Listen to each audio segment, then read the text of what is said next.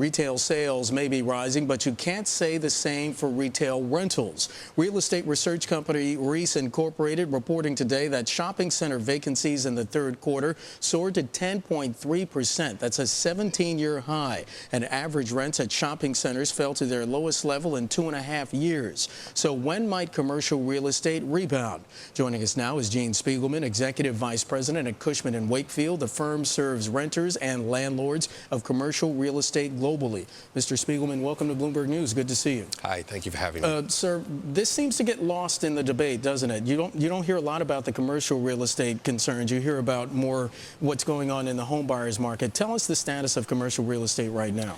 Well, commercial real estate's a very large marketplace, as consumer spending represents 2/3 of the economy. All that spending gets housed in approximately 6 billion square feet of shopping center space throughout the United States.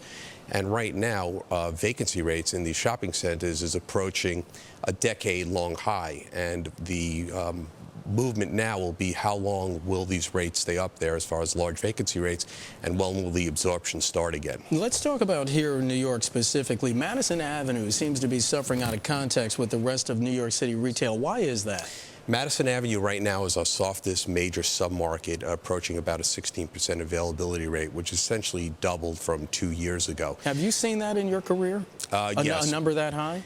When I started working in Manhattan, probably about 1991, the availability rate was at a similar rate on Madison Avenue. And then we went through a period of absorption where the luxury brands and the international retailers came in and remade the avenue from what it was in the previous decade. What might be the difference between rents on Madison and rents on Fifth? Rents on Madison are approximately, at this time, probably about 50% of the rents on Fifth Avenue. Fifth Avenue we consider the premier global branding street, and we rank Fifth Avenue as the #1 most expensive retail street in the world. And when its peers are the Champs-Élysées in Paris, Ginza in Tokyo, Causeway Bay in Hong Kong. So it operates in a very international and global environment. Are strip centers still the unbeatable intangible in this market? You hear that people still have to eat. Well, when you refer to that type of strip center, those are typically grocery anchored strip centers, and those are probably our oldest type of product in the marketplace, and they're primarily dominated in mature communities. So they do very well. They experience less pressure than the larger new types of properties like power centers or community centers that relied on the big box retailers, who we've seen were under great pressure. If you look at Circuit City and Linens and Things, and retailers of that ilk who are no longer with us. What are the weakest areas in the U.S. right now?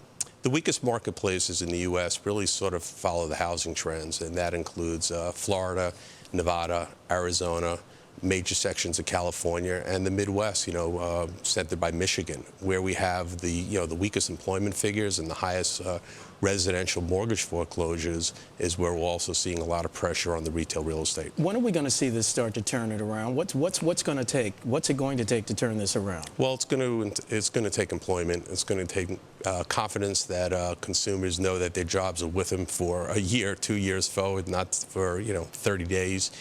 And I think it's going to take another year of restructuring within our economy to build that confidence again. So you're seeing this third quarter of 2010, maybe? I'm personally hoping that we start to see the turn at the end of the third quarter, that there's more consumer confidence going into the fourth quarter of 2010 than we're seeing right now coming into the fourth quarter of 2009, as retail sales are predicted to be flat or potentially down 1%. Spiegelman of Cushman Wakefield joining us here in studio. Mr. Spiegelman, thanks so much. Always good to talk to you. Thank you very much.